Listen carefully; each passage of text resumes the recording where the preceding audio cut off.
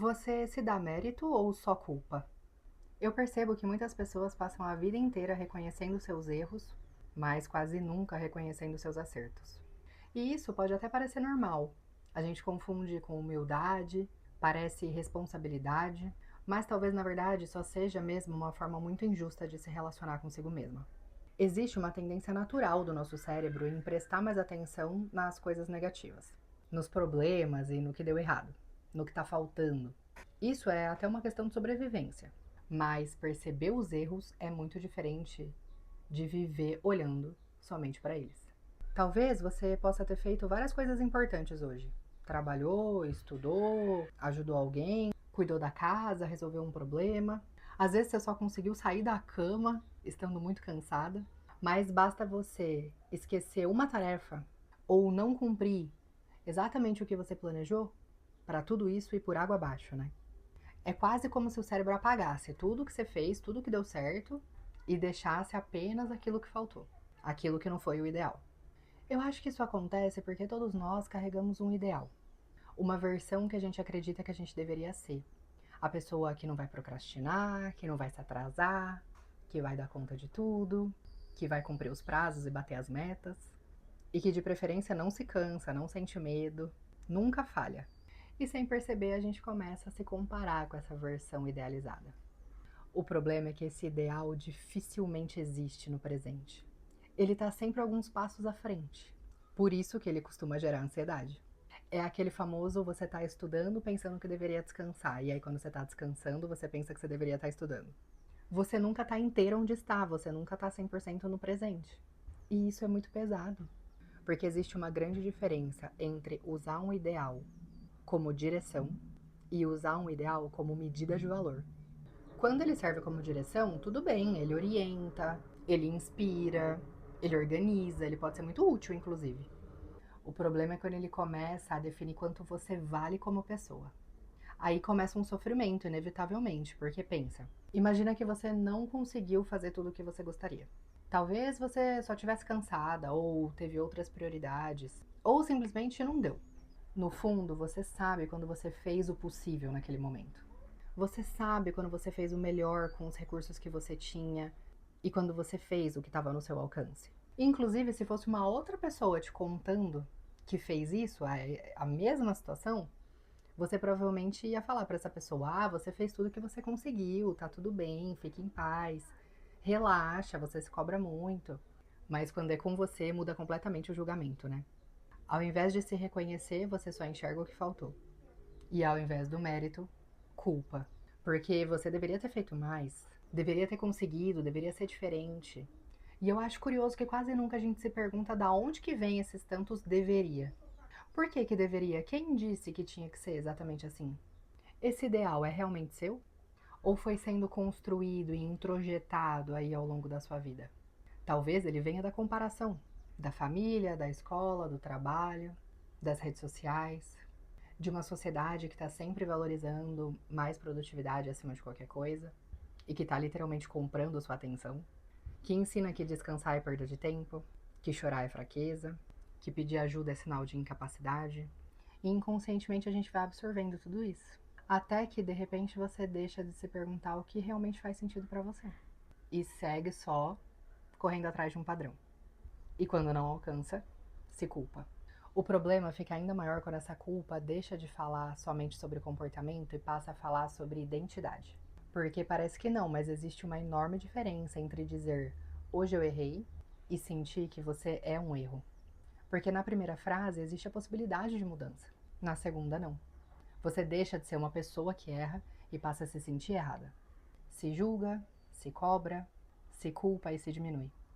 E aos poucos a sua autoestima vai dependendo unicamente de alcançar aquele ideal. E como isso dificilmente acontece completamente, você está sempre faltando. Você nunca se sente o suficiente. E aí acontece uma outra consequência muito comum. Você passa a depender da validação de outras pessoas. Porque se você nunca reconhece seus próprios méritos, acaba sendo natural e inconsciente que você busque que outras pessoas façam isso por você. Quando chega um elogio, você responde: imagina, que isso, não precisa, não foi nada. Você devolve o mérito. Mas quando chega uma crítica, ela entra direto. Talvez porque no fundo ela tá confirmando aquilo que você acredita sobre si. E a dependência da. E a dependência da validação externa nasce justamente a partir daí, da dificuldade de validar a própria experiência. Outro efeito desse ideal é a necessidade de controlar tudo. Deixa que eu faço, ai, ninguém faz direito, ai, se eu resolver vai ser mais rápido daqui. Pode até ser verdade, mas acho que vale uma pergunta sincera. Você precisa que as coisas sejam feitas ou precisa que elas sejam feitas exatamente do seu jeito? Existe uma diferença enorme entre eficiência e controle. Muitas vezes você gasta muito mais energia tentando controlar tudo do que gastaria aceitando que outras pessoas simplesmente têm outras formas de fazer e que essas outras formas também podem funcionar. Conviver com o outro é sempre quase uma terapia, porque ele mostra que existem outras possibilidades, que você não morre se alguma coisa não acontece exatamente como você imaginava. Isso amplia a nossa mente e também amplia a nossa liberdade. E ser controladora não faz de você uma pessoa ruim, faz de você humana, com medos, inseguranças, histórias. A questão não é nunca sentir isso, é olhar para isso, porque só aquilo que é visto pode ser transformado. Senão aquilo que é inconsciente continua dirigindo nossa vida. Mas e aí, será que você consegue ser sincera com você mesma? Porque sinceridade é diferente de se atacar. E também é diferente do que passar a mão na própria cabeça. É aquela linha tênue de conseguir perceber quando você realmente não consegue e quando você está se sabotando.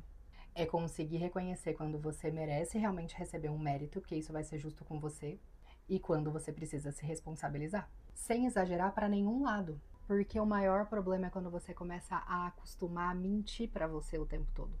Aí você faz promessas que você nunca cumpre, ignora os próprios limites, fica se exigindo coisas que são literalmente impossíveis. A confiança vai embora. Pensa como se fosse qualquer outro relacionamento. Você confiaria em alguém que mente pra você todos os dias?